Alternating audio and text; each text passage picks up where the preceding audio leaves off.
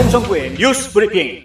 45명의 공화당 상원 의원들은 트럼프 전 대통령을 탄핵하는 것이 위헌이라는 데에 의견을 같이 했습니다. 어제 상원에서는 랜드폴 상원 의원의 이의 제기로 트럼프 전 대통령의 탄핵 심판을 진행할 것인지에 대한 투표가 있었습니다. 투표 결과 찬성 55대 반대 45로 탄핵 심판은 진행되게 됐습니다. 하지만 공화당 의원 45명이 반대함으로써 탄핵 심판이 진행되더라도 무죄 판결이 날 가능성이 매우 높아졌습니다. 탄핵 심판에서 유죄 판결이 나오려면 3분의 2 이상의 찬성이 필요하기 때문입니다. 어제 탄핵 심판에 찬성한 공화당 의원은 유타주의 밋 롬니, 네브라스카주의 벤 세스, 메인주의 수잔 콜린스, 알래스카주의 리사 머커스키, 펜실베니아주의 팻 투미 등 5명입니다. 텍사스주 연방법원의 드류 팁턴 연방판사는 불법 체류자 추방을 100일간 유예하라는 조 바이든 대통령의 행정명령에 제동을 걸었습니다. 트럼프 전 대통령이 임명한 팁턴 연방판사는 14일간 전국에서 불체자 추방 유예 조치를 중단시켰습니다. 이는 켄 팩스턴 텍사스주 법무장관이 바이든 정부의 유예 지시를 막아달라는 소송을 낸 데 따른 것입니다. 이번 소송은 바이든이 취임한 지 3일 만에 나온 첫 소송이며 취임 6일째 되던 날 바이든이 첫 패소한 소송이 됐습니다. 팩스턴 장관은 트위터에 바이든의 불체자 추방 유예 행정명령을 선동적인 좌익 반란이라며 우리 팀은 그것을 멈췄다고 말했습니다. 이번 판결은 미국에 거주하는 약 1,100만 명의 불체자들을 합법화하려는 계획을 포함해 광범위한 변화를 제안한 바이든 행정부에게는 좌절일 수 있다며 앞으로 이와 유사한 소송과 판결이 계속 이어질 것이라고 NTD 방송은 보도했습니다.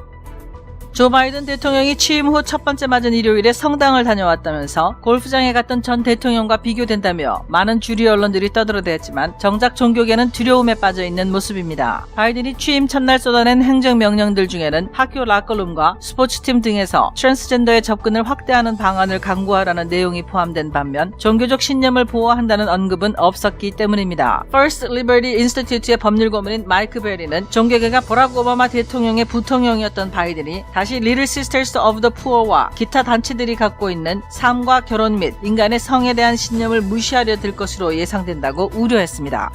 한 백악관 관료에 따르면 헌터 바이든이 아버지 조 바이든 대통령의 비공식 고문 역할을 맡고 있다고 원 아메리카 뉴스가 어제 보도했습니다. 헌터는 아버지 바이든이 취임한 이후 백악관에 여러 차례 모습을 드러냈는데 그가 행정부 내에 공식 직위를 가지지 않은 것으로 알려져 있습니다만 원 아메리카 뉴스는 헌터가 중국과 관련한 일에 아버지에게 비공식 자문 역할을 맡고 있으며 바이든이 취임 후 3일 만에 중국이 미군을 향해 위협 사격을 가했을 당시 이를 무시하고 대응하지 말라는 조언을 했다고 보도했습니다. 헌터는 현재 중국, 우크라이나, 러시아 등으로부터 부적절한 자금을 받고 이를 돈 세탁한 혐의로 수사를 받고 있습니다. 헌터의 자문 활동은 명백한 이해 충돌과 윤리강령 위반을 보여준다고 원 아메리카 뉴스는 지적했습니다. 현재까지 백악관은 헌터에 대한 조사와 관련해 입장을 내놓지 않고 있습니다. 브루킹스 연구소 출신의 대북 전문가로 잘 알려진 박정현 한국 석좌가 국무부 아시아태평양국 부차관보로 발탁돼 화제입니다. 박 씨는 어제 트위터에 이 같은 소식을 알리고 새로운 자리에서 드림팀과 함께 미국민들에 다시 봉사할 수 있게 돼 영광이라고 밝혔습니다. 박 씨는 국무부의 대북정책 업무를 전담하는 실무 책임자로 일하게 됩니다. CIA와 국가정보국에서 한국 및 동아시아를 담당해온 분석 전문가인 박 씨는 작년 조 바이든 대선 캠프에 합류했고 이후 인수위원 명단에도 이름을 올린 바 있습니다. 앞서 연방상원은 토니 블링컨 국무장관 지명자에 대한 인준안을 찬성 78표 대 반대 22표로 통과시켰습니다. 바이든 대통령이 인종적 평등을 위한 선거법 개정안에 대해 연설할 것으로 기대된다고 수전 라이스 백악관 보좌관이 말했습니다. 그녀는 각 주에서 진행되고 있는 선거법 개정 노력에 대해 정말 중요한 문제라며 투표권법 복원을 찬성한다고 밝혔다고 원 아메리카 뉴스가 보도했습니다. 라이스 보좌관은 투표할 자격이 있는 모든 국민들이 투표할 수 있도록 격려하고 가능하게 해야 한다며 그것이 우리가 민주적 개혁을 증진시키는 다양한 노력에 대해 의회와 계속 협력하려는 이유라고 말했습니다. 하지만 전문가들은 공화당이 보다 엄격한 유권자 아이디법과 서명검증 같은 것을 선거법 개혁 방향으로 생각하고 있기 때문에 초당적 지지를 받아야 새로운 투표법도 가능할 것이라고 지적하고 있습니다. 보수 진영에서는 민주당의 선거법 개혁 방안이 유권자 사기를 더 쉽게 만들 것이라 우려하고 있습니다. 바이든 대통령이 어제 중국 바이러스라는 용어를 금지하는 행정명령에 서명했다고 게이트웨이 푼딧이 보도했습니다. CBS 뉴스는 바이든의 행정명령은 보건복지부와 같은 연방기관에 트럼프 행정부가 게시한 기존 정책 및 지침 또는 정부 웹사이트에서 중국 바이러스와 같은 외국인 혐오성 언급이 있는지 여부를 조사하도록 지시할 것으로 예상된다고 보도했습니다. 실제로 바이든 대통령은 어제 인종차별, 외국인 혐오, 미국 내 아시아계 미국인 및 태평양 섬 주민들에 대한 편협함을 비난하고 퇴치하는 각서에 각서에 서명했습니다. 이 각서의 내용 중에는 COVID-19 팬데믹을 설명할 때 인종차별적 언어를 완화하기 위해 공중보건기관 및 전문가가 제시한 모범 사례를 고려해야 한다는 내용이 포함됐습니다. 또한 아태계 미국인에 대한 차별, 괴롭힘 및 증오 범죄를 방지하기 위해 증오 범죄에 대한 데이터 수집 및 공개 보고를 확대한다는 명령도 포함됐습니다. 도미니언의 내부 고발자로 미시건주 의회에서 증언해 전국적으로 유명세를 탔던 멜리사 캐런이 미시건주 46선거구 주하원 선거에 출마합니다. 캐런은 임기가 끝나는 현 존 라일리 주하원 의원의 자리를 이어받겠다는 목표로 출마한다고 밝혔습니다. 그러면서 자신이 2022년 선거에서 당선된다면 선거 무결성을 최우선 순위에 둘 것이라고 강조했습니다. 도미니언 투표기 같은 기계가 미시간의 모든 투표소에서 제거되도록 하는 것이 그녀의 목표라는 겁니다. 캐런은 우편 투표를 없애고 유권자가 직접 종이 투표에 투표하고 개수하던 때로 돌아가야 하며 유권자 아이디법을 시행해야 한다고 주장했습니다. 인도 정부가 틱톡, 위챗, 알리바바 그룹의 UC 브라우저 등 중국 스마트폰 애플리케이션 59개에 대해 사이버 공간의 안전과 보안, 국민 이익 등을 보호하기 위한 조치라며 영구 금지 명령을 내렸다고 타임스 오브 인디아가 보도했습니다. 이에 대해 중국은 세계무역기구 WTO의 공정한 비즈니스 규칙을 위반한 것이며 이러한 차별적 조치를 즉시 시정하고 양국 협력에 추가 피해를 입히지 않도록 촉구한다고 밝혔습니다. 인도와 중국은 지난 20일에도 북부 지역에서 또다시 충돌이 벌어지는 등 국경 갈등이 계속되는 가운데 24일 제9차 군단장급 회담을 개최했습니다. 인도는 안보 문제로 앱을 금지한다고 했지만 외교가에서는 국경 분쟁에 대한 보복 조치로 보는 시각이 있습니다. 한편 인도는 미국, 일본, 호주와 함께 일명 쿼드 동맹을 맺고 있습니다. 바이든 대통령은 오늘 기후변화에 대처하고 국가를 청정에너지 경제로 전환하라는 여러 행정명령에 서명할 것이라고 백악관이 밝혔습니다. 이번 행정명령에는 기후변화를 국가안보 우선순위로 설정하고 2030년까지 연방토지와 해양의 최소 30%를 보존하고 공공부지와 수역에서 석유가스 신규 임대를 취소하는 행정처분이 포함된다고 CNBC 방송이 보도했습니다. 바이든은 2035년까지 전력 부문의 탄소 배출량을 줄이고 2050년까지 제로 배출량을 달성한다는 계획을 밝혀왔습니다. 바이든 행정부는 오는 4월 22일 기후 리더스 서밋을 개최해 글로벌 리더들을 초청해 기후변화 문제를 논의할 계획입니다. 제임스 라이스 자동차 사고 변호사. 그의 실력은 이미 인정받았습니다. 미국 전체의 상위 1% 변호사 선정, 멀티밀리언 달러 승소 변호사, 14년 연속 AB 등급 유지, 6년 연속 슈퍼 변호사. 하지만 저희 최고의 자랑은 고객이 주시는 믿음입니다. If you've been injured in an auto accident, I want you to call me. I know who the enemy is, I know how they fight, and most of all, I know how to win. 제임스 라이스 법률그룹. 안녕하십니까, 홍성우 기자입니다. 텍사스주에서 아주 흥미로운 소식이 전달됐습니다. 텍사스주 법무장관이죠. 켄 팩스톤 법무장관이 이 조 바이든 행정부를 상대로 소송을 냈습니다. 바이든 행정부가 출범한 지 3일째밖에 되지 않았던 바로 그 시점에 1월 23일이죠. 행정부가 출범한 지 3일밖에 안 됐는데 무슨 소송할 거리가 그렇게도 있었을까? 왜냐하면 행정부가 출범하자마자 바로 첫날 바이든 대통령이 내렸던 행정명령 때문에 이런 소송이 나온 것이죠. 그 첫 번째 행정명령이 무엇이 문제가 됐느냐 하면 바로 추방하기로 결정이 된 불체자들에 대해서 일단 100일 동안 추방하지 마라라고 추방 유예 조치를 명령을 한 것 때문에 그렇습니다. 이미 추방 명령을 받은 사람들입니다. 무슨 얘기냐면 재판을 통해서 범죄자다, 범죄가 인정이 된다 해가지고 추방 명령이 내려진 상황에 있는 사람들인데 그런데 이 사람들을 추방하지 마라 이렇게 결정이 된 겁니다. 보통 국내에서 이 불법 체류자들에 대해서 해외로 추방을 하겠다라는 결정을 내리고 실제로 추방을 집행하는 그 이유가 있습니다. 추방을 한 명 하려면은 1인당 평균 10,000불 정도의 돈이 들어간다고 합니다. 그런데 이 사람들을 국내에 계속 데리고 있으면, 추방하지 않고 있으면 그거보다 훨씬 더 많은 비용이 나갈 수 있다라는 통계가 나와 있고 계산이 나와 있기 때문에 좀 추방을 하자.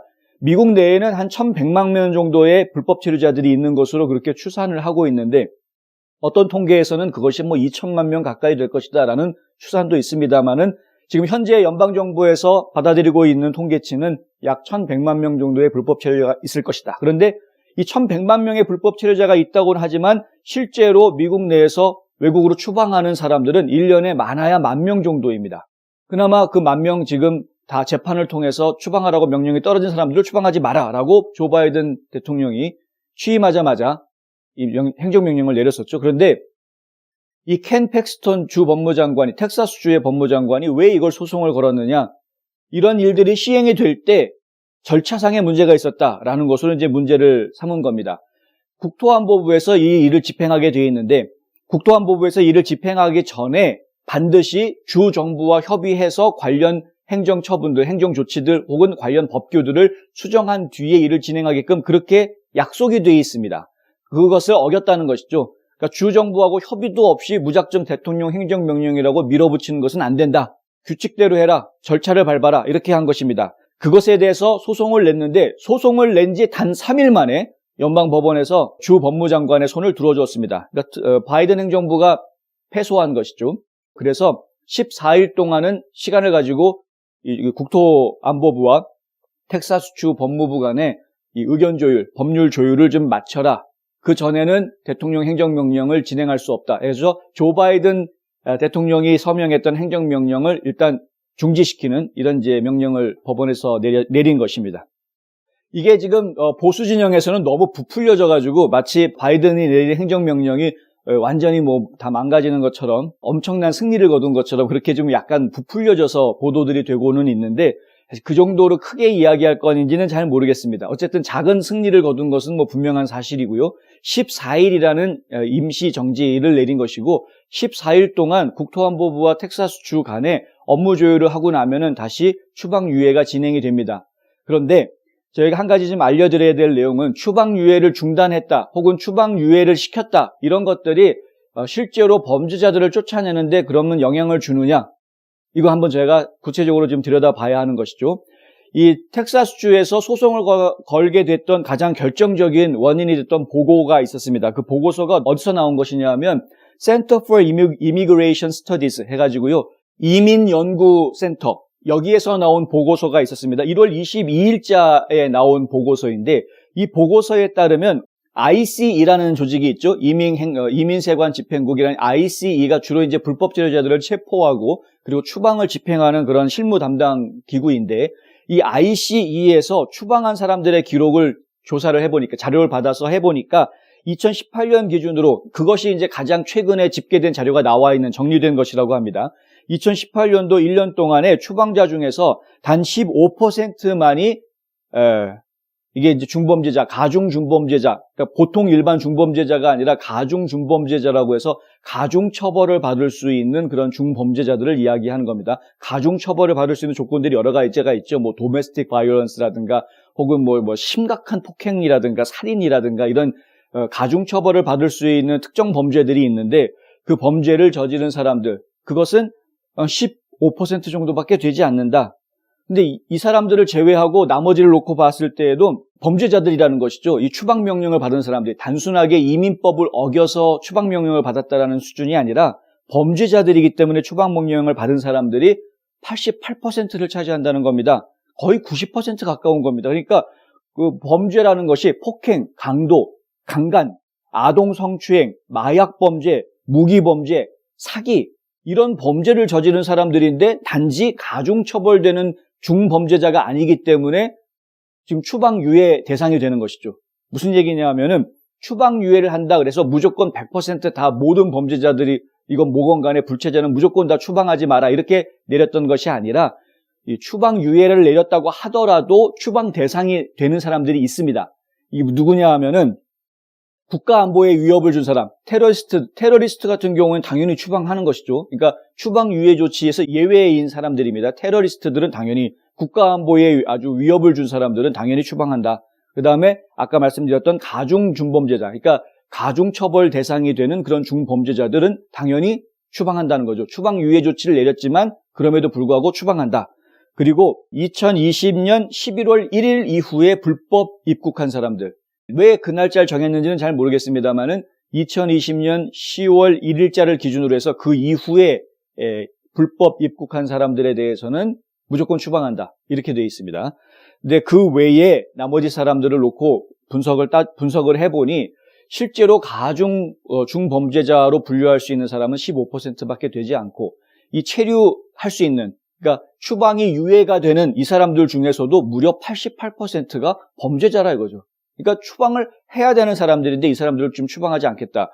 그리고 결국은 이 사람들을 100일 동안 추방하지 않겠다라는 명령을 내려놓은 것은 이 사람들이 나중에 사면을 받고 시민권자가 될 수 있는 길을 열어주기 위한 이민법을 마련하기 위한 기간 동안 유예를 해주고 있는 것이기 때문에 이거는 분명히 이 사람들이 나중에 미국 시민으로 활동할 수 있게끔 길거리에 풀어놓겠다라는 이야기로 제가 받아들여야 되는 것이 아니냐.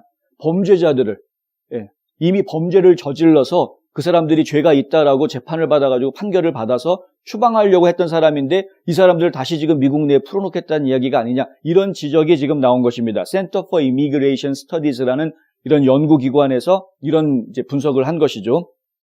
이 보고서를 낸 제시카 본이라는 분이 한 이야기가 있습니다. 뭐냐면 바이든 대통령은 평상시에 ICE, 그러니까 이민 단속반을 폐지하지 않겠다, 이민 단속반 폐지하겠다라고 약속한 적은 없는 그런 인물인데, 그런데 지금 이민법 집행을 지금 폐지하고 있다. 이렇게 지적을 합니다.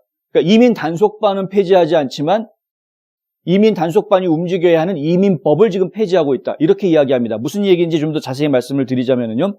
바이든 대통령이 취임하자마자 막 서명을 엄청나게 많이 하지 않습니까? 역대 대통령 중에서 가장 많은 행정명령을 했다. 뭐 이렇게 집계가 나와 있는데, 근데 그 서명한 내용 중에 이민법과 관련한 내용들 중에는 어떤 내용이 있냐 하면은 ICE, 이민 단속반이 교도소 내지는 감옥 이외에 그 바깥의 외부에서 활동하는 것에 대해서는 무조건 ICE 감독관의 서면, 사인을 받은 행동에 대해서만 움직일 수 있다. 이런 이제 제약 조건을 걸었습니다. 무슨 얘기냐면은 지금 누군가를 체포하러 가야 되는데, 자, 이 사람 암흑에 체포해야 됩니다. 이거 사인해 주십시오. 그리고 감독관한테 사인을 받아가지고 가서 체포를 해야 된다는 이야기입니다. 그런데 감독관이 이 ICE 행동 요원들이랑 항상 같이 움직이느냐? 그렇지 않죠. 감독관은 당연히 데스크 잡 아닙니까? 사무실에 있는데, 그러면은 자, 로드리게스가 지금 저 집에 있다. 저 사람 불법 체류자로 추방명령 받은 사람인데 지금 집에 있다. 우리 체포하러 가자. 그러면은 이제 ICE가 출동하기 전에 서명, 사인을 먼저 받아서 이 사람 체포 오겠습니다. 그리고 이제 체포하러 가야 되는 거죠. 로드리게스를 체포를 하러 딱 갔는데, 소문 듣고 이미 사라져버렸어. 없네? 근데 그 집안에 다른 사람이 있는데, 로페즈라는 다른 사람이 있어요. 근데 로페즈가 보니까 불법 체류자예요. 잡아와야 될 것 같아.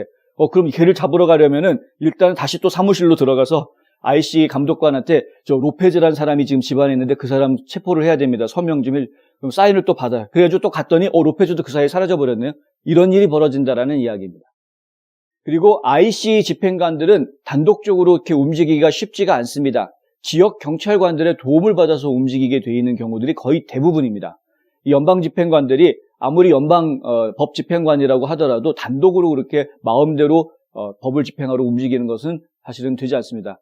그렇기 때문에 현지에 있는 현지 경찰들의 도움을 받아서 뭐 노크를 하고 문을 열어달라고 이제 하고 들어가 이런 식으로 이제 움직여야 하는 것이죠. 만약에 가택 침입할 수 없다. 이거 여기는 우리 집이고 너는 아무리 뭐 법 집행관이고 뭐고 우리 집에 들어올 수 없다. 이런 식으로 못 들어오게 하면 사실 강제로 들어가기가 어려운 그런 상황입니다. 그런데 그때 강제로 들어갈 수 있는 공권력을 발휘할 수 있는 게 지역 경찰이죠. 지역 경찰들은 따로 이제 뭐 영장 같은 거를 받아서 움직일 수도 있는 것이고 이민 단속을 위해서 움직였다라고 하면은 또 협의에 따라서 그런 내용들이 경찰 코드에 있으면은 또 들어가서 단속을 할 수 있는 그런 권한들이 주어지기 때문에 그러니까 지역 경찰들과 공조해서 이런 일들을 벌이는 경우들이 대부분인데 성역 도시라고 선포한 도시들이 있습니다.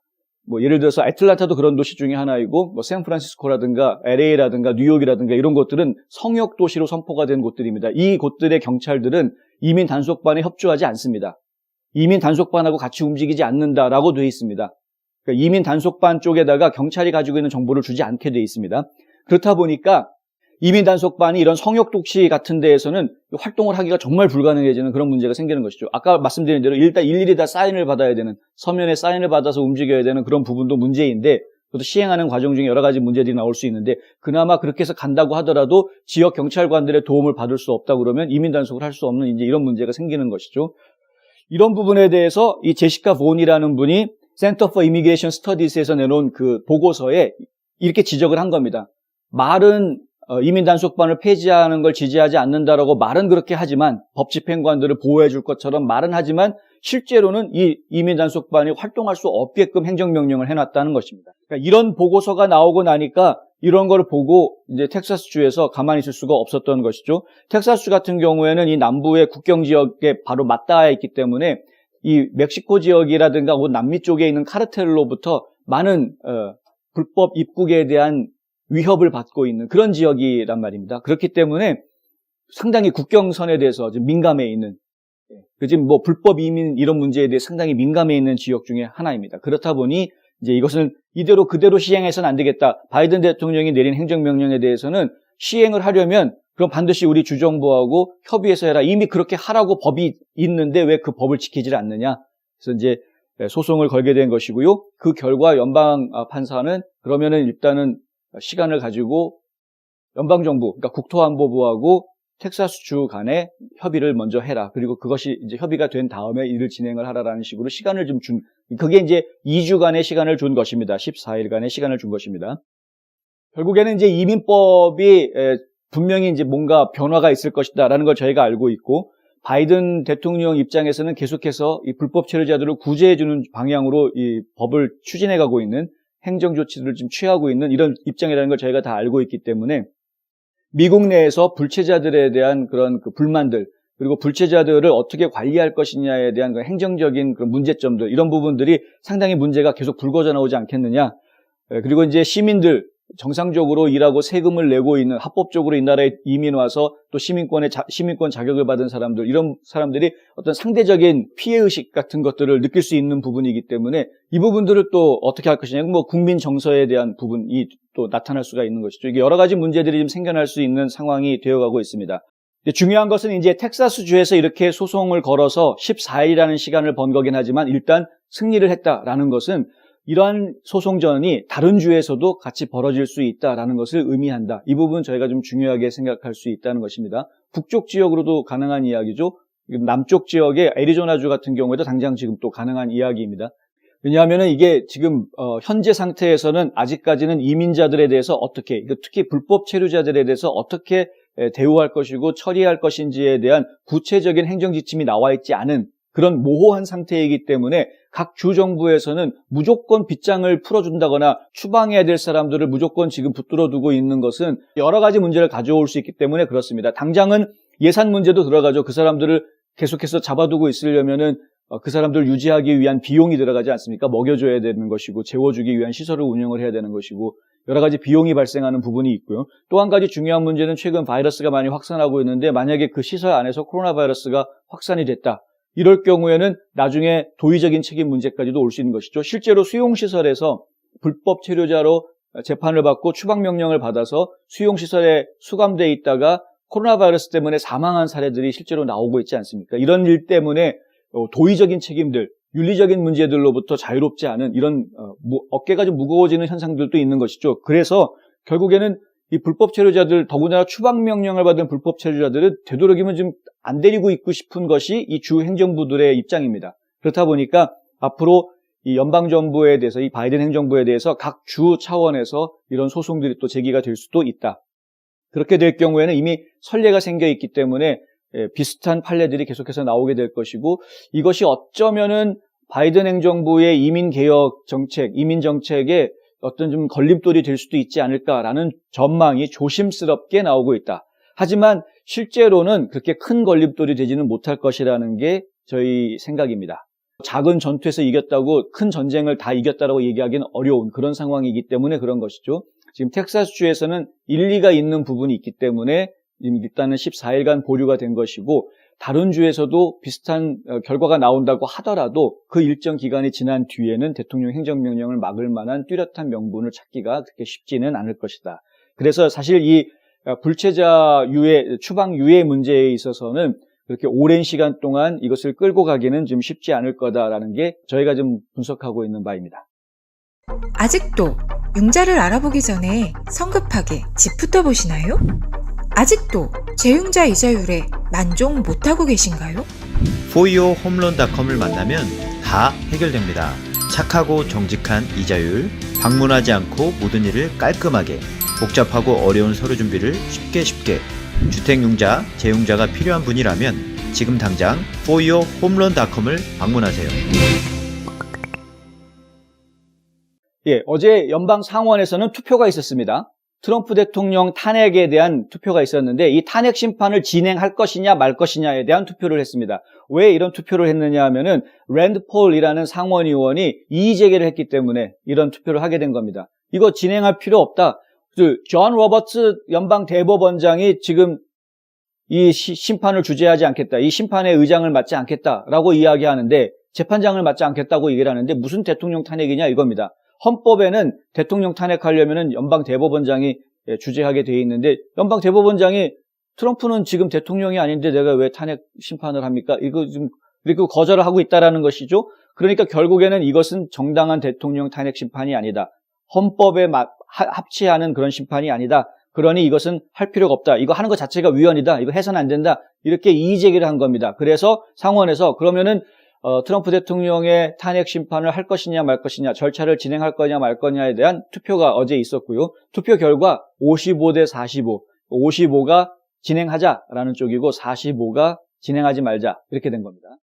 그래서 결국은 진행하자로 결정이 됐습니다.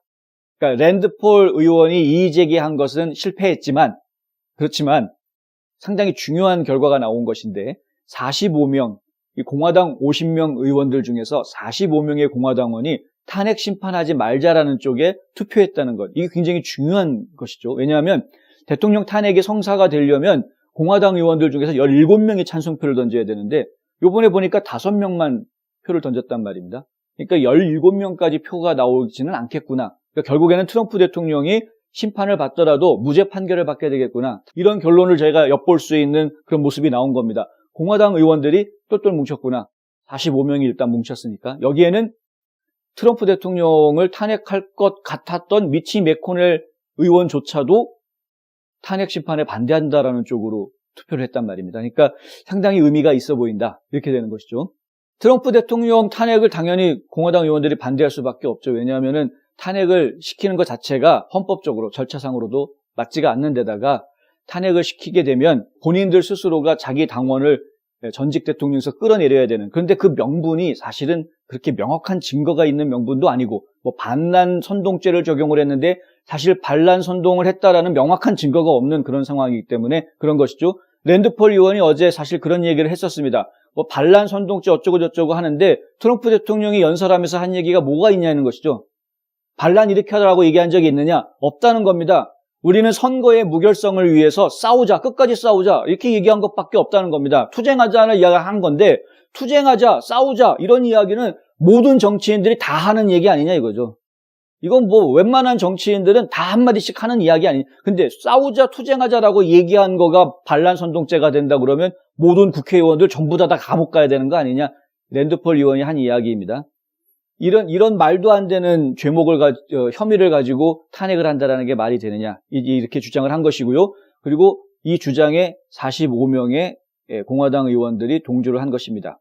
그런데 저는 당연하다고 생각하는데 이해가 안 되는 게 그 5명 탄핵해야 된다라고 한 이 5명 의원들은 도대체 뭐 하는 사람들인지 정말 이해가 안 되는데요. 유타주에 있는 밋 롬니, 네브라스카주에 있는 벤 세스, 메인주에 있는 수잔 콜린스, 그다음에 알래스카주의 리사 머코스키, 그리고 펜실베니아주의 팻 투미, 이 5명은 탄핵 심판해야 된다라고 이제 투표를 한 분들인데 왜 그런 투표를 한 건지 진짜 이해가 안 되는. 저희가 지금 계속해서 이 문제를 지금 지켜볼 것이고요. 상원에서는 지금 대통령 탄핵 시계가 계속 돌아가고 있는 중입니다. 일단은 다음 주까지는 트럼프 대통령이 본인의 답변서를 내놓아야 하고, 그리고 또 연방 하원에서도 보고서를 내놓아야 하고, 상원에서 이제 심판이 2월 8일부터 진행이 되게 되는데 그 과정들을 좀 계속 지켜보겠습니다. 물론 뭐 탄핵 심판해봤자 무죄 받을 가능성이 뭐 지금 상당히 높긴 하지만 혹시 또 모르는 일이고 그 안에서 어떤 일이 벌어질지 알 수가 없는 것이고, 어제 저희가 말씀드린 대로 어떻게 해서든 트럼프 대통령 나쁜 놈 만들기 작전을 계속 그 기간 중에 펼쳐나갈 것인데, 거꾸로 지금 트럼프 쪽이나 아니면은 이 공화당 쪽에서는 거꾸로 이 위기를 기회로 활용을 해야 되는 것이죠. 무슨 얘기냐면은 부정선거에 대한 의혹들을 다시 한번 규명하고, 왜 이렇게 의혹이 있는데 이것을 밝히려는 노력을 행정부가 하지 않느냐라는 부분에 대해서 다시 한번 이야기해야 되는 것이고요. 그리고 이 선거의 무결성을 확보하기 위해서는 선거법 제대로 개혁을 해야 된다라는 주장을 다시 펼칠 수 있는 기회가 또 온 것이죠. 그런 부분들. 그러니까 지금 기계가 좀 문제가 많다라는 지적이 나왔는데 왜 우리 이거 기계 계속 써야 되느냐? 독일처럼 기계 쓰지 말고 그냥 재래식으로 그냥 투표용지에다가 투표하는 이런 재래식 방법, 그다음 모든 것을 다 수개표하는 이런 전통적인 방법을 그냥 옛날로 돌아가자. 예. 그래야지 선거법을 좀 확보할 수 있지 않겠느냐? 유권자 아이디 만들어야 되지 않겠느냐? 유권자 아이디를 제대로 만들려면 이건 연방 차원에서 움직여줄 필요가 있는 것이다. 왜냐하면은 각 주정부 차원에서 움직이는 것은 우리 주에서 살다가 다른 주로 이사간 사람들에 대해서는 이 통계를 내거나 추적하기가 상당히 어렵다라는 것이죠. 그렇기 때문에 이 정확하게 그 주 안에서 투표할 수 있는 사람들에 대한 것들을 신원 확인을 제대로 하기 위해서는 연방 차원의 신원 확인 작업 이런 것들이 좀 필요하다. 거주지 확인이라든가 신원 확인, 그다음에 이제 유권자인지 아닌지에 대해서 확인할 수 있는 이런 시스템들이 연방 차원으로 좀 이루어져야 그래야 정말 투표권 있는 사람들이 투표하는, 그리고 중복 투표를 하지 않는 이 주에서 A라는 주에서도 투표하고 B라는 주에서 투표하고 한 사람이 그렇게 여러 군데에서 투표하는 그런 부조리한 일들이 생기지 않게끔 할 수 있지 않겠느냐는 것입니다. 그래서 그런 선거법 개혁에 대한 문제 이런 것들을 이제 주장할 수 있는 기회가 생길 수도 있는 것 아니냐 하는 것이죠. 탄핵 심판이 이렇게 나와서 이야기가 되면은 또 한 가지 저희가 이야기할 수 있는 부분이 과연 진짜 폭력을 선동했던 사람들이 그 배후 세력이 누구냐? 트럼프가 아니면 누구냐? 이 이야기를 또 진행할 수 있는 것이죠.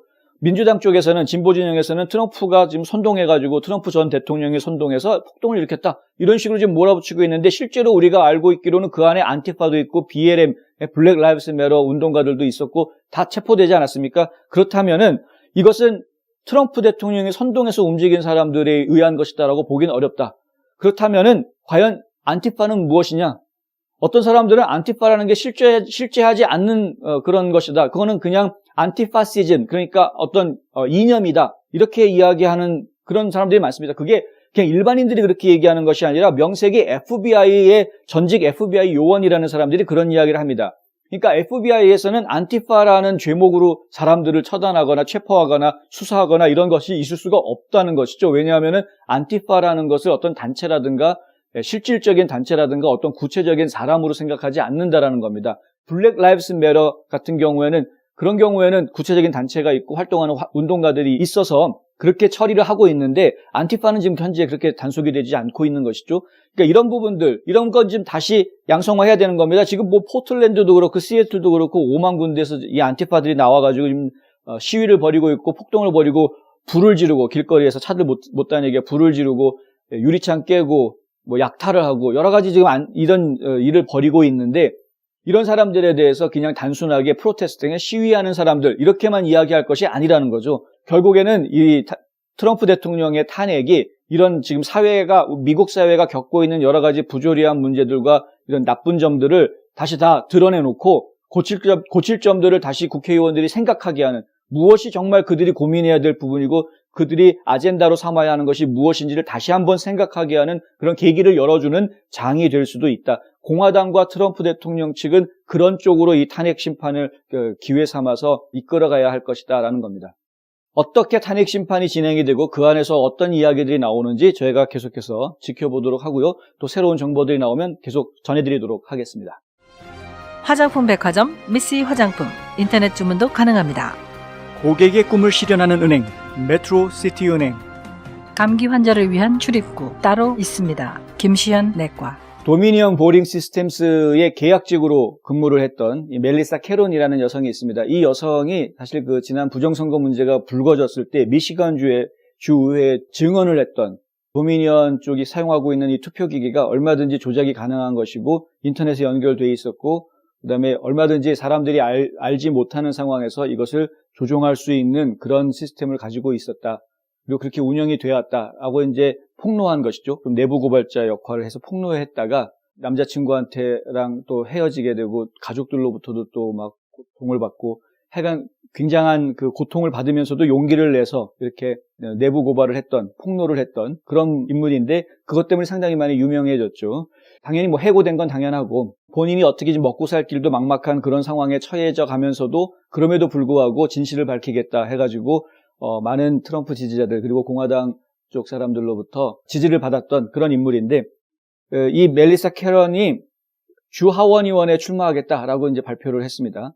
주류 언론에서는 그럴 줄 그런 속셈이 있었구나 뭐 이런 식으로 좀 비꼬는 기사들을 내놓고 있기는 한데, 그거는 뭐 주류 언론 입장에서는 뭐 그런 식으로 비꼬고 좀 폄하할 수 있는 뭐 그런 입장이기는 하겠죠. 그들의 입장에서 봤을 때는. 근데 중요한 부분은 바로 이제 이 출마하게 된 이유, 그리고 만약에 당선되면 무엇을 하겠느냐, 이제 이런 일들을 이야기를 하면 저희가 좀 더 관심 갖고 지켜봐야 하는 내용이 된다라는 것입니다. 결국은 출마한 이유가 부정선거를 바로잡겠다, 선거법을 바로잡겠다라는 것이죠. 선거의 무결성을 확보하기 위해서 이 잘못 오작동될 수 있는, 오용될 수 있는 이런 기계들 사용은 하지 않고 이 수개표 할 수 있는, 수검표 할 수 있는 형태로 다 종이 투표 형태로 바꿔야 한다. 선거법을 그렇게 개혁을 해야 된다. 그다음에 유권자 아이디를 만들어야 한다. 유권자 아이디 만들어서 투표할 수 있는 자격이 있는 사람, 정말 투표할 자격이 있는 사람인지 아닌지를 제대로 확인해서 투표하게 하는 이런 일들을 좀 진행시켜야 한다. 이런 이제 주장을 펼치고 있는 것이죠. 그리고 실제로 좀 기회가 좋은 게 지금 출마한 그 지역구가 공화당 의원이 지금 자리를 차지하고 있는 지역구인데, 마침 또 임기가 다 끝나서 본인이 지금 이제 물러서려고 하던 그런 상황이었다고 합니다. 그러니까 그 자리에 지금 다른 새로운 공화당 후보가 나서서 그 자리를 메꿔야 하는 이런 타이밍이었는데, 마침 이제 그 자리에 출마를 하게 된 것이다.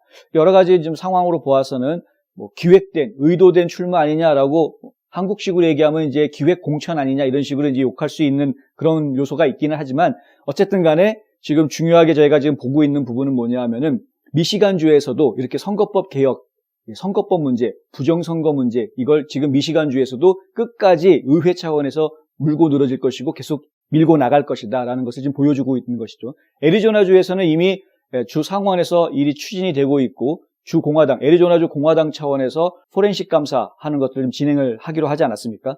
그 감사가 언제 어떻게 진행이 될지 지금 진행이 되는 대로 저희가 결과가 나오면 곧바로 보도를 해드리겠습니다만은, 펜실베니아주 같은 경우에서도 지금 주 의회 내에서 이 논의가 지금 활발하게 이루어지고 있는 중이죠. 근데 미시간주에서도 마찬가지로 이 지금 부정선거에 대한 문제, 그리고 선거법 개혁에 대한 문제를 상당히 신중하게 접근하려고 하는 그런 모습들이 바로 이제 이런 데에서 보이고 있는 것이다. 멜리사 캐론이라는 사람, 그러니까 결국은 줄리아니 변호사가 찾아내가지고 줄리아니 변호사가 의회에서 청문회에서 증언을 하게 한 이런 케이스인데, 멜리사 캐론이라는 인물이 그전에는 정치 경력이라든가 이런 게 전혀 없는 그냥 데이터 분석가 아닙니까? 그런데 이런 인물을 공화당에서 주 하원의원 자리에다가 넣겠다라고 지지하고 서포트해 주려고 하는 이런 상황이 됐던 것은, 결국에는 공화당의 상당수가, 머저리티가 트럼프 대통령의 재기를 지금 염두에 두고 있는, 그것을 나몰라라 하지 않는, 어떻게 해서든 좀 도와주려고 하는 그런 입장에 있다라는 것을 저희가 간접적으로 느낄 수 있는 그런 이제 신호 중에 하나인 것이죠. 결국에는 저희가 전에 계속 얘기해드렸던 대로 트럼프 대통령이 계속해서 이 부정선거 문제라든가 선거법 개혁에 대한 문제들을 계속 화두로, 주요한 아젠다로 계속 이야기하면서 여러 주에서, 특별히 그 경합주에서 이 문제를 이슈화할 것이고, 그리고 계속해서 트럼프 대통령의 노선에 동참하는 의원들이 하원으로 당선되게 하는, 그리고 특히 연방 하원 선거에서 공화당 의원들이 이런 아젠다를 가지고 선거법 개혁이라든가 부정선거 문제에 대한 아젠다를 가지고 당선이 되게끔 하는 이런 이제 선거 캠페인들이 벌어지게 될 것이다. 이것이 결국에는 2024년에 트럼프 대통령의 대권 도전으로 이어지게 될 가능성이 상당히 높다. 이렇게 말씀을 드리는 것이고요. 어쩌면은 트럼프 대통령의 대권 도전이 좀 더 빨라질 수도 있습니다. 그거는 뭐 제가 감히 쉽게 예측할 수 있는 부분은 아니지만, 왜 저희가 이런 얘기를 하냐 하면, 이렇게 많은 주에서 부정선거 문제라든가 선거법 개혁에 대한 문제들이 논란이 되게 되면 결국에는 2020년에 있었던 대통령 선거가 진짜 부정선거였느냐에 대한 이슈가 다시 불거질 수밖에 없기 때문에 그런 것이죠. 2020년에 있었던 대통령 선거가 진짜 부정선거였다라는 것이 여기저기에서 다 확인이 돼버리면, 그러면은 조 바이든 대통령은 더 이상 대통령을 할 수 있는 명분이 없어지는 겁니다. 부정선거로 인해서 대통령이 된, 아주 부정하게 대통령이 된 것이기 때문에 뭐 막말로 이야기하면 당선 취소가 될 수밖에 없는 상황이 될 수도 있는 것이죠.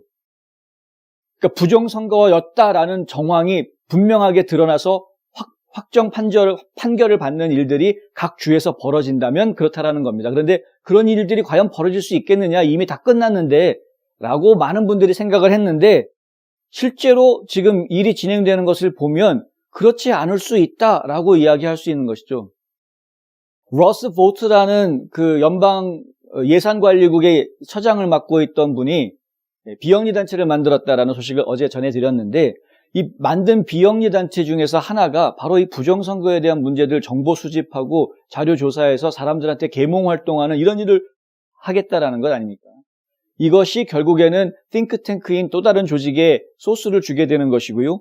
그 띵크탱크에서는 트럼프 대통령이 재선 캠프에 혹은 트럼프 대통령을 지지하는 다른 연방 하원이나 연방 상원 후보자들이 어떤 아젠다를 가지고 움직여야 되는지에 대한 그런 가이드라인들을 다 제시하게 되는 것입니다. 결국에는 2022년 선거, 2022년 선거에 대한 그 선거 바람은 결국 올 여름, 빠르면 올 여름, 늦어도 올 가을부터는 서서히 불기 시작할 것이기 때문에 올 가을부터는 본격적으로 전국적으로 2020년 대통령 선거가 부정선거였다라는 것에 대한 각성, 이런 것들이 다시 불거져 나올 수 있는 기회가 열린다. 물론 그 이전에 당장 이번 주, 다음 주 해서 연방 상원에서 탄핵 심판이 진행되면서 부정선거에 대한 이야기가 나올 기회가 한 번 더 있기는 합니다만은 그 자리는 사실 부정선거가 이슈가 돼서 바이든 대통령의 당선 취소로 연결되는 그런 결과까지 나올 것 같지는 않습니다. 그런데 2022년 연방 하원 선거, 연방 상원 선거의 중간 선거 때에는 그런 이슈가 제기될 수 있을 만큼의 바람이 불 수도 있다. 그것이 처음에 한두 번 부는 바람이 아니라 거대한 폭풍으로 연결된다면 어쩌면 그게 가능할지도 모른다라는 이야기가 좀 나올 수 있는 것입니다. 그런데 뭐 그거는 어디까지나 조심스러운 예측인 것이고, 저희가 일반적으로 그냥 편하게 예상을 하자면 그때 트럼프 지지자들이 많이 의회에 더 입성을 하게 되고 결국에는 2024년에 트럼프 대통령이 두 번째 대통령 선거에 도전하는 이런 일들이 이제 진행이 되지 않겠느냐, 이렇게 예상을 하는 것이 이제 일반적이기는 하죠. 어떤 일이 진행될지는 저희가 두고 보겠습니다. 어쨌든 간에 지금 도미니언 쪽의 내부 고발자였던 멜리사 캐론이 미시건주에서 이렇게 주 하원에 출마한다라는 것은 단순하게 이 사람이 이제 정말 정치계에 발을 들여놓는구나 이런 수준의 것이 아니라 결국은 공화당 내부에서 트럼프 대통령을 지지하고 도와서 이 의회를 다시 공화당이 뺏어오기 위한, 의회의 과반수를 차지하기 위한 본격적인 움직임들이 벌어지고 있구나, 이미 그러한 공감대가 공화당 내부에 형성이 되어 있구나라는 것을 읽을 수 있는 또 하나의 신호탄이다, 이렇게 이 말씀을 드릴 수 있는 것이죠. 일단 거대한 신호탄이 연방 상원에서 터졌고요. 45명의 상원의원들이 트럼프 대통령 탄핵은 이건 위헌이다, 할 수 없다, 절차 진행되면 안 된다라는 데 표를 던졌다는 것이 거대한 신호탄이었고, 또 이렇게 미시건주에서도 또 하나의 신호탄이 터졌다. 계속해서 지금 지켜보겠습니다. 애리조나주에 이어서 미시건주까지 저희 관심을 끌고 있는데 또 다른 주들에서는 어떤 움직임들이 보이는지 지켜보도록 하겠습니다. 경험과 실적이 증명하는 김효지 부동산 전문인, 학자금과 대학 입시 상담은 AGM 인스티튜트. 불타는 곱창이 해서 정말 맛있는 불타는 해물찜. 백악관 관계자가 헌터 바이든이 지금 조 바이든 대통령의 자문 역할을 하고 있다, 뭐 비공식 자문이라고는 하지만은 어쨌든 자문 역할을 하고 있다라는 이야기를 해서 지금 뉴스에 소개가 됐습니다. 이게 지금 저희가 신경을 좀 써서 봐야 할 내용입니다. 과연 이 자격이 있느냐 하는 것이죠. 헌터 바이든 같은 경우에는 본인이 지금 이미 중국, 우크라이나, 러시아 무려 3개 나라에서 사업을 벌리면서 그쪽에서 부정한 돈을 받아왔고 그 부정한 돈을 미국 내에서 돈 세탁을 했다라는 그런 흔적들이 있어서 지금 수사를 받고 있는, 그런데 이런 인물이 아무리 대통령 아들이라고 해도 이게 이렇게 고문 혹은 자문, 이런 어드바이저 역할을 할 수 있느냐 하는 것이죠. 그래서 지금 상당히 심각하다. 더더군다나 지금 나온 보도 내용에 따르면 대만 해협에서 중국과 미국 간에 지금 군사 긴장이 형성이 되어져 있는 상황인데 폭격기를 동반한 비행편대가 중국에서 출발을 하고 실제로 포탄을 쏘고 실탄을 쏘고 하는 이런 상황까지 지금 전개가 되고 있단 말입니다. 근데 이런 상황에서 헌터 바이든이 아버지한테 해준 조언은 별로 신경 쓸 것 없다, 이랬다는 것이죠. 그냥 무시하고 대응하지 마라. 물론 전쟁을 막기 위해서, 전쟁이 벌어지는 그런 실수를 막기 위해서 대응하지 마라, 뭐 이렇게 얘기했을 수는 있겠죠. 그런데 그렇게 순수하게 받아들이기에는 좀 헌터 바이든의 입장이라든가 과거 행적이 여러모로 의심을 사게 하는 것 아니냐, 뭐 이런 지적이 지금 나오고 있는 것입니다. 이런 부분들을 왜 주류 언론에서는 다루지 않느냐? 주류 언론에서는 지금 뭐 다른 거 취재하기 바쁘니까 그렇죠. 헌터 바이든이 조 바이든 차에서 내려가지고 베이글 가게 들어가서 베이글을 사가지고 나오더라, 이런 거 취재해가지고 기사 쓰기 바쁘기 때문에 헌터 바이든이 도대체 백악관에서 무슨 일을 하고 있는지에 대해서는 보도가 제대로 안 나오는 것인데, 하여간 이런 부분들 좀 저희가 관심 가져야 될 부분이라고 생각이 듭니다. 헌터 바이든은 조 바이든이 만약에 탄핵을 당하게 된다 그러면 그 아들 때문에 탄핵당하게 될 거다라는 이야기가 나올 정도로 지금 온갖 부정부패 비리가 연루되어 있는, 지금 뭐 해외 쪽 관련해서 자금 세탁에 대한 그런 비리만 얽혀 있는 게 아니지 않습니까? 많은 분들이 그 외에 다른 범죄들에 대해서도 많이 알고 있는데 이거 어떻게 해야 될지 모르겠습니다. 사실 이런 부분에 대해서는 의회에서도 공격적으로 지적하고 문제시할 수 있는 부분이라고 생각이 되는데, 지금 국회의원들이 여기에 신경 쓸 겨를이 없죠, 사실. 트럼프 대통령 탄핵부터 먼저 처리를 해야 되기 때문에 트럼프 대통령 탄핵 문제를 처리하고 나면 곧바로 이어지는 것이 코로나 바이러스 대응에 대한 경기 부양책 어떻게 할 것이냐. 그래서 거기 1조 9천억 달러 지금 바이든 대통령이 제시해 놓은 이 경기 부양책 처리하는 문제가 또 당장 시급한 현안으로 떠오르게 되죠. 그래서 결국에는 이런 사소한 문제들을 제대로 처리하지 못하게 되는데 이것이 과연 사소한 문제로 끝날 것이냐 하는 상황인 것입니다. 마이크 폼페이오 전 국무장관이 강하게 어필을 하는데 바이든 행정부에서 중국에 대한 입장을 정확하고 강하게 표현하지 않으면 안 된다는 것이죠. 아주 분명한 입장을 밝혀야 하고 아주 강하게 입장을 밝혀야 한다. 그리고 트럼프 행정부에서 계속 지켜왔던 이 중국 정책, 강경 대응한다라는 이 정책을 계속 유지해 줘야 한다는 겁니다. 그렇지 않으면 상당히 심각한 문제로 돌아갈 수 있다. 왜 트럼프 행정부 시절에 밝혀진 것들이 너무나 많지 않습니까? 중국이 얼마나 많은 스파이들을 미국에 보냈고, 그리고 산업 스파이뿐만이 아니라 학계에서, 산업계에서, 그리고 정계에까지 깊숙이 들어와서 많은 사람들에 접촉하고 많은 사람들을 선동의 이 도구로 삼았고, 그리고 많은 정보들을 빼내갔던 이런 것들이 다 드러나지 않았습니까? 미국이 점점 힘을 잃어가는 사이에 중국은 점점 더 힘을 얻어가는 문제, 전 세계가 지금 코로나 바이러스로 고통받고 있는 그런 상황에서 중국은 계속해서 승승장구하는, 투자를 더 많이 유치하는 이런 현상들이 생길 수 있었던 것은 결국은 이 중국에 대해서 지금 미국이 너무 장님이었다라는 것이죠. 이제는 눈을 떠야 될 때가 됐다는 겁니다. 그래서 이 트럼프 행정부에 있었던 전 강요들이 바이든 행정부에 있는 강요들한테 각성해라, 정신 차려라, 눈 떠라라고 자꾸 지금 이야기하고 있고 주문하고 있는 것입니다. 이런 것들을 지금 알아채지 못하고 중국에서 뒷돈 받아갔던 아들한테 중국 정책에 대한 조언을 듣고 있다면 이것이야말로 정말 심각한 일이 아니냐, 이런 생각이 드는 것이죠.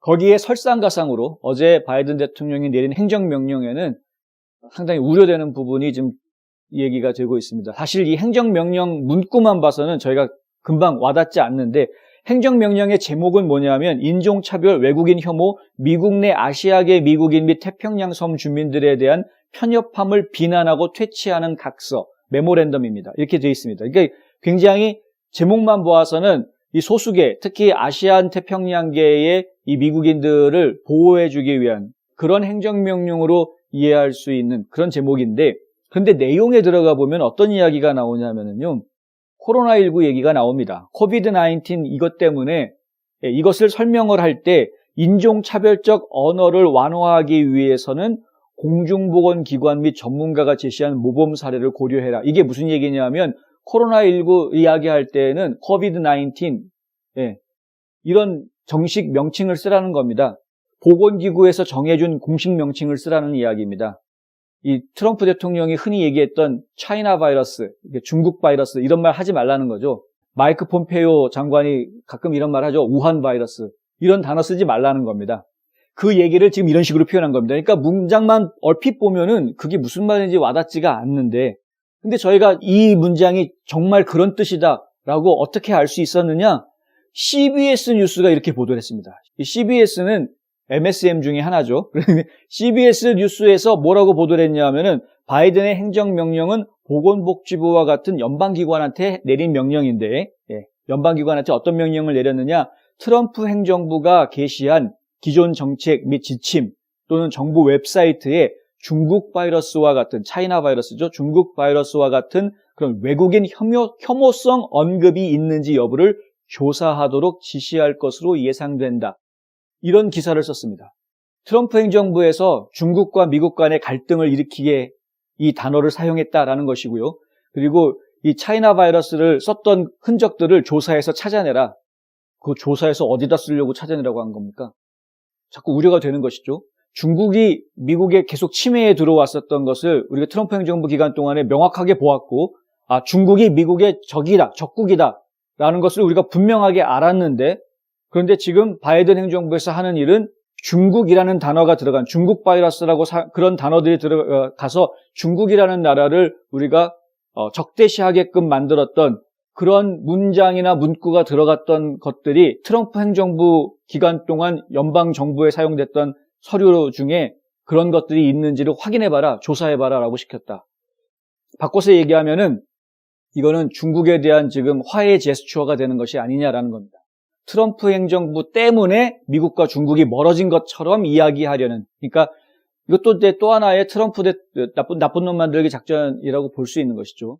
그러니까 사실은 중국과 미국은 선의의 경쟁자 같은 좋은 경쟁 관계를 가질 수 있는 그런 나라인데, 근데 트럼프 대통령이 마치 중국은 정말 나쁜 적국인 것처럼 묘사를 계속 해왔고 그렇게 국민들을 선동해왔다, 이런 식으로 지금 뒤집어 씌우려는 작전을 펼치고 있는 것이 아니냐는 겁니다. 이게 상당히 의심스러운 부분이고 그렇게 의심할 수밖에 없는 그런 부분인 것이죠. 그러니 중국 회사로부터 뒷돈을 받아 챙기신 아드님으로부터 이 중국에 대한 조언을 받고 계신 것이 아니냐. 제가 자꾸 이런 보도를 해드리면 저희 뉴스앤포스트도 조만간에 유튜브에서 검열당하는 게 아닌가 걱정하시는 분들이 계시는지 모르겠는데요. 근데 뭐 어쨌든 검열을 하든 말든 상관없이 중요한 거는 사실대로 저희 알려드려야 하는 것이니까. 그리고 저희가 전해드리는 이런 내용들은 그냥 허황된 음모론을 전해드리는 것이 아니라 합리적인 의심들을 이야기해드리는 겁니다. 그리고 이런 합리적인 의심을 일으키게 하는 그 소스들이 완전히 우익 언론들에게서만 나오는 것이 아니라 이른바 바이든 행정부를 도와주려고 하는 그런 좌익 언론으로부터 나오는 소스들을 놓고 봐도 이러한 부분들이 의심이 된다라는 것을 이제 전해드리고 있는 것입니다. CBS 뉴스가 이렇게 행정명령에 대해서 이해하고 분석할 정도라면 실질적으로 저희가 지금 굉장히 좀 우려하고 있는 부분, 중국을 적국으로 이해하고 있었는데, 그리고 분명히 이 토니 블링컨 국무장관이 인사청문회 할 때 중국을 적국으로 생각한다라고 답변까지 했음에도 불구하고, 그럼에도 불구하고 중국과 다시 화해하려고 하는 것이 아니야. 화해하고 중국과 같이 다시 또 손잡고 뭔가를 하려고 하는 이런 움직임을 보이려고 하는 것이 아니냐. 그동안 트럼프 대통령이 했던 거의 대부분의 행정 조치들을 다 뒤집는 일을 해왔는데, 중국에 대해서 내렸던 여러 가지 제재 조치들도 지금 다시 다 뒤집으려고 하는 것이 아니냐. 결국은 이 미국이 중국한테 계속 침해당하도록 내버려 두려고 하는 것 아니냐라는 그런 우려가 생길 수밖에 없는 것입니다. 그래서 지금 바이든 행정부에서는 중국에 대한 입장을 분명하게 밝혀야 되고요. 어떤 노선으로 지금 중국을 대할 것인지에 대해서도 좀 명확하게 밝히고 대처 방안에 대해서도 구체적으로 이야기해야 할 것입니다. 이것은 코로나 바이러스를 중국 바이러스라고 부르기 때문에 미국 내에 있는 다른 중국계 미국인들이 불안해하고 있다, 이렇게 설명하고 넘어갈 정도의 문제는 아닌 것 같다. 그거보다 훨씬 더 심각한 문제를 야기시키고 있다. 왜냐하면 하필이면 그냥 단순하게 계몽을 해서 중국 바이러스라고 이야기하는 것은 중국계 미국인, 차이니스 아메리칸들한테도, 그들도 미국인들인데 그들한테 상당히 안 좋은 선입견을 가지게 하기 때문에 이것은 국민 통합이 옳지 않다, 이런 식으로 이해시켜주는 말로 끝났다 그러면 모르겠는데, 그 정도가 아니라 트럼프 행정부 시절에 있었던 걸 조사를 해서 거기에 중국 혐오 발언이 들어갔는지를 찾아내라라고 이야기했다고 하면 이것은 또 다른 문제다는 것입니다. 겉모양은 아시안계 이민자들을 존중해주고 보호해주는 것처럼 겉모양을 꾸미고 있지만 그것이야말로 위선적인 모습이 되는 것이다. 실질적으로는 트럼프 나쁜 놈 만들기 작전을 계속 펼치고 있는 것이 아니냐 하는 것입니다. 트럼프 나쁜 놈 만들기 작전을 지금 진보 진영에서 계속하는 이유가 뭡니까? 결국에는 진보 진영이 가지고 있는 극좌적인 그런 아젠다를 계속 실행에 옮기겠다라는 것이고, 거기에 반대하는 보수 진영의 목소리를 없애겠다라는 이야기이기 때문에, 그렇기 때문에 상당히 우려할 수밖에 없다. 왜냐하면 보수 진영에서 지키려고 하는 가장 중요한 것도 있지 않습니까? 인권의 문제, 자유의 문제, 생명권에 관한 문제, 이런 여러 가지 보수에서 지금 지키려고 하는 여러 가지 중요한 안건들을 지금 묵살당하게 생겼기 때문에, 그렇기 때문에 이제 상당히 중요한 이슈가 되고 있는 것이죠. 그렇기 때문에 사실 트럼프 대통령을 보호해 줄 수밖에 없는 것이고, 그렇기 때문에 지금 현 바이든 행정부가 하고 있는 행동들에 대해서 경고의 목소리, 우려의 목소리를 내주어야 하는 것입니다. 한 곳에서 시작되는 안정된 미래, 선우앤 선우 종합보험. 고객과 직원을 지켜주는 스니즈가드. 지금 주문하세요. 베너앤 프린트. 다보스 포럼이라고 다들 들어보셨을 겁니다. 세계 경제 포럼. 이 다보스 포럼 올해 홍보 영상에 보면은 Great Reset 이런 말이 나옵니다. Great Reset. 완전히 새로 시작하겠다라는 것인데 보통 음모론자들이 많이 사용하는 단어여서 저희 눈길을 끌었습니다. 이 Great Reset이라는 단어는 음모론자들이 이야기할 때 글로벌리스트들이 하려고 하는 것이죠. 이 전 세계의 경제를 그냥 다 처음부터 다시 시작하게 하자라는 그런 개념으로 이해하고 있는 것인데요. 굉장히 공산주의적인 발상이어서 저희가 좀 신경을 쓰고 있는 겁니다. 그러니까 돈이라는 개념 자체를 없애버리는. 왜냐하면 전 지구상에 있는 모든 사람들이 다 먹을 수 있는 충분한 음식이 지금 생산이 되고 있는데 왜 먹고 남아서 버리는 사람이 있는가 하면 없어서 못 먹는 사람들이 왜 생기느냐. 이런 거죠. 전 세계에 있는 모든 사람들이 다 골고루 나눠 먹을 수 있으니까 음식을 다 나눠 먹을 수 있게 시스템을 해주면 되는. 여기에는 돈의 개념은 전혀 필요 없는 겁니다. 자, 음식이 나왔다. 모든 사람들이 다 먹을 수 있게 나눠주면 되는 거 아닙니까? 전 세계가 다 그렇게 하나가 되려면은 결국에는 국경 이런 것들이 다 없어져야 되는 것이고 화폐 개념 같은 것들이 이제 없어지게 되죠. 왜냐하면 물물교환의 개념이 없어지기 때문에 모두가 다 같이 생산한 것을 모두가 다 같이 나누게 되는 그런 식으로 가면 되는 거니까요. 이게 참 애매합니다. 이 영상에 보면은 2020년 초 세계 인구의 1%가 부의 44%를 소유했고 팬데믹이 시작된 이래로 억만장자는 그들의 재산을 25% 이상 증가시켰는데 반대로 1억 5천만 명의 사람들은 오히려 더 최빈곤층의 극심한 빈곤에 더 빠져들어갔다. 이제 이런 이야기들이 나옵니다. 이런 부익부 빈익빈 현상들이 생기는 이유가 무엇이냐? 공평하게 나누지 못해서 그렇다라고 얘기하고 싶은 것 아닌지 모르겠습니다. 그러면서 Great Reset 이런 제목을 달아놓고 이게 결국에는 이 세계 경제를 이끌어 나가는 거대한 사람들이 이 국제사회를 어떻게 움직이려고 하는지를 엿볼 수 있는 것이 아니냐. 음모론자들이 봤을 때는 이거 딱 걸리는 거죠. 이거 글로벌리스트들이 진짜로 Great Reset이라는 걸 하려고 하는구나. 여러분들은 어떻게 생각하십니까? 그런데 브라이트바트에서는 어떤 것을 지적을 하느냐. 이 세계경제포럼의 공식 유튜브 채널에 들어가서 동영상을 보면 댓글 달기 기능을 전부 다 꺼놓았다라는 것을 지적을 합니다.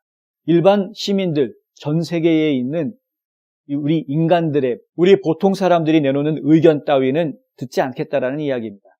전 세계를 이끌고 있다고 큰소리치고 있는 억만장자들, 그리고 정권을 쥐고 있는 최고의 권력가들, 그들만이 자기 목소리를 내고 있는 그런 세계 경제 포럼.